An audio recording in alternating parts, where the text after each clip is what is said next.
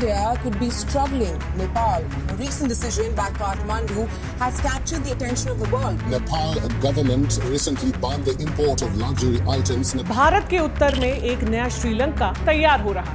दोस्तों, इस वक्त श्रीलंका के जो हालात है उससे पूरी दुनिया वाकिफ है।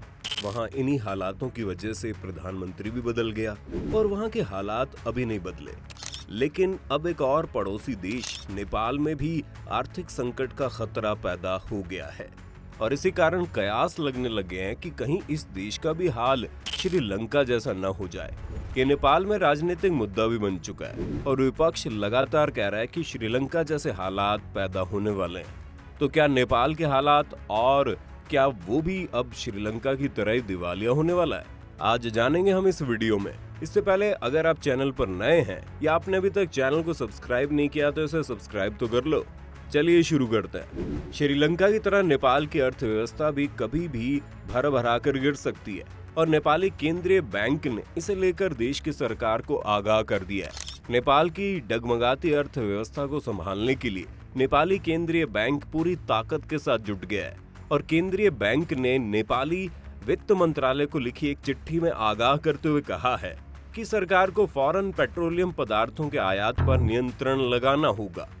कुल जमा बात यह है कि अगर जल्दी कुछ नहीं किया गया तो वो भी दिवालिया होने वाला है। दिवालिया होना क्या होता है? अब नेपाल के हालात को समझने से पहले ये समझते हैं कि किसी भी देश का दिवालिया होने का मतलब क्या होता है और कैसे भला एक पूरे का पूरा देश दिवालिया हो सकता है। दिवालिया होने का मतलब होता है आपकी क्रेडिट रेटिंग लगातार खराब होती जाएगी और इंटरनेशनल मार्केट का भरोसा उस पर से उठ जाएगा। क्रेडिट रेटिंग खराब होगी तो कर्ज देने के लिए कोई भी तैयार नहीं होगा। यहाँ तक कि इंटरनेशनल मॉनेटरी फंड से भी लोन मिलना आसान नहीं रहेगा। डिफॉल्टर होने का मतलब है आपने तय तारीख पर कर्ज अदायगी नहीं की और ये दिवालिया होने की शुरुआत है। कैसे बने ये हालात? दोस्तों, आपने अक्सर एक इंसान या कंपनी को दिवालिया होते सुना होगा और कई बार इनके लिए एक दो रीजन होते हैं। लेकिन जब एक देश दिवालिया होता है तो उसकी कई वजह होती है, जैसा श्रीलंका के साथ हुआ। ऐसे अब देखते हैं नेपाल में हालात कैसे बने। कोविड के दौर में गिरा फॉरेन रेमिटेंस। नेपाल के केंद्रीय बैंक नेपाल राष्ट्र बैंक के आंकड़ों के मुताबिक वित्त वर्ष 2021-22 के पहले 8 महीनों में महंगाई का औसत 7.14% रहा, जो पिछले 67 महीनों में सबसे ज्यादा है। अधिकारियों का कहना है कि पेट्रोलियम उत्पादों और खाने पीने के सामान की वैश्विक कीमतें बढ़ने के कारण नेपाल में भी महंगाई बढ़ रही है। दूसरे और बाकी देशों में रहने वाले लोगों से नेपाल आने वाले पैसों में भी कमी आई है। टूरिज्म में नुकसान। कोविड-19 ने श्रीलंका के टूरिज्म उद्योग की कमर तोड़ दी और इसलिए श्रीलंका की स्थिति और ज्यादा खराब हुई। क्योंकि नेपाल की अर्थव्यवस्था भी टूरिज्म सेक्टर पर टिकी है और कोविड की वजह से पूरी दुनिया का टूरिज्म सेक्टर प्रभावित हुआ है, इसलिए नेपाल भी इससे बच नहीं पाया।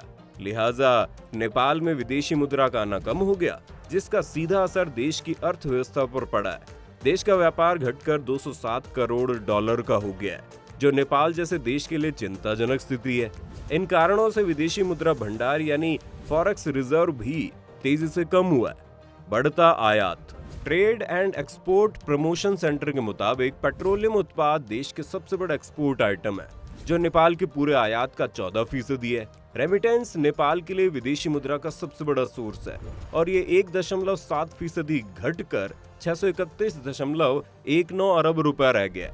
आयात बढ़ने और रेमिटेंस गिरने के कारण विदेशी मुद्रा भंडार में गिरावट आई है। बैंक की चेतावनी। अब आप समझ गए कि दिवालिया होना क्या होता है, तो अब नेपाल पर वापस आते हैं। नेपाली केंद्रीय बैंक ने देश के वित्त मंत्रालय को जो चेतावनी भरी चिट्ठी भेजी है, उसमें सरकार से कहा गया है कि सरकार को फौरन गाड़ियों के साथ साथ दूसरी चीजों पर दी जाने वाले लोन पर रोक लगानी चाहिए। देश के दरवाजे पर खड़े बड़े आर्थिक संकट को देखते हुए नेपाल राष्ट्रीय बैंक ने वित्त मंत्रालय को निर्देश दिया है कि अर्थव्यवस्था को बचाने के लिए फ्यूल के आयात पर कंट्रोल जरूरी है। वर्तमान में नेपाल भारत को पेट्रोलियम उत्पादों के लिए हर महीने 24 से 29 अरब रुपए का भुगतान करता है, लेकिन केंद्रीय बैंक का कहना है कि अमाउंट घटकर 12 से 13 अरब रुपए पर मंथ होना चाहिए।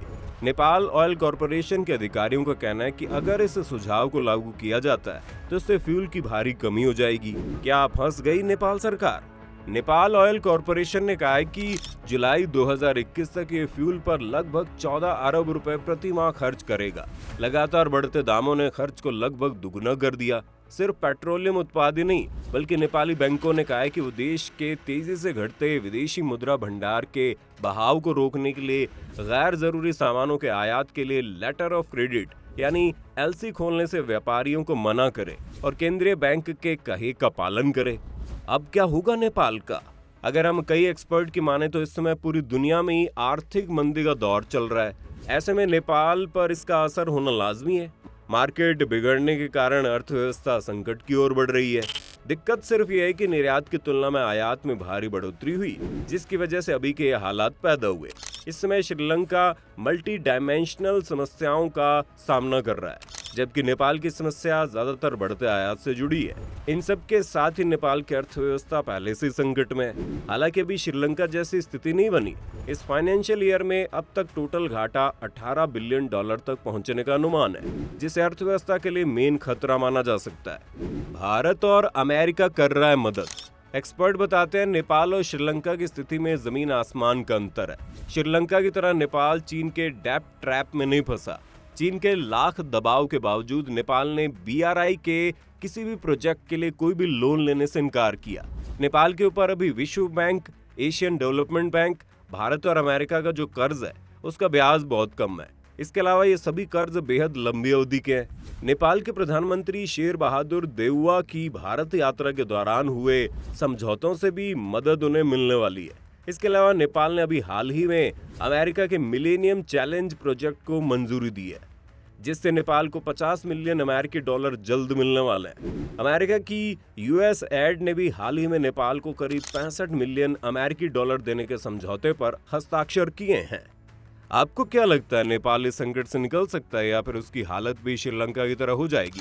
आप कमेंट में हमें बताइए ना।